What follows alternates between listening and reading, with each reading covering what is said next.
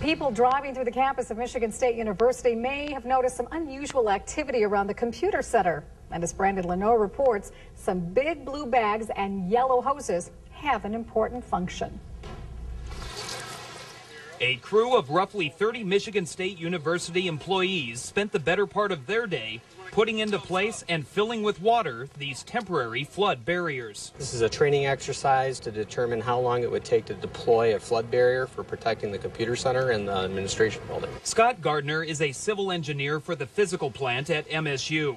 He says while this was just an exercise, it gave his department some useful information on ways to have everything in place faster to protect campus buildings from a flood. We are going to make some modifications where we can fill 4 bags versus 2 at a time. Right now we're doing 2.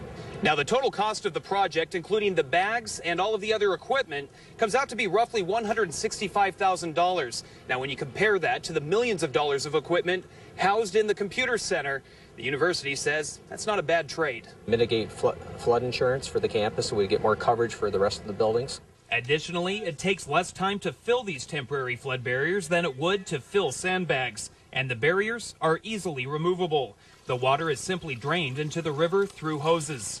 Now, the university says this is the best option to protect the computer center from a flood, and the exercise proved that. There's been a couple little modifications we could do, but otherwise this went excellent. On the campus of MSU, Brandon Lenore, 6 News.